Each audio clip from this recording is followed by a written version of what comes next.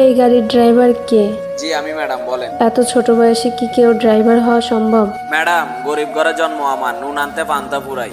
পড়ালেখা করা হয়নি, খুবই অল্প বয়সে মোটর লাইনে এসে রোদে পুড়ে বৃষ্টিতে ভিজে হেলপারি করে ড্রাইভার হয়েছি।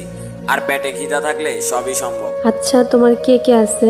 সবাই আছে ম্যাডাম, মা বাবা ভাই বোন সবাই আছে। তোমার জীবনে কি কেউ আছে? না, একজন ছিল, সে চলে গেছে। কেন?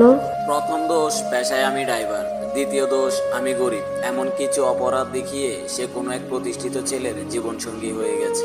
আর কাউকে কি আনোনি লাইফে? ড্রাইভার নামের জ্যান্ত লাশগুলোর কি আবার লাইফ থাকে?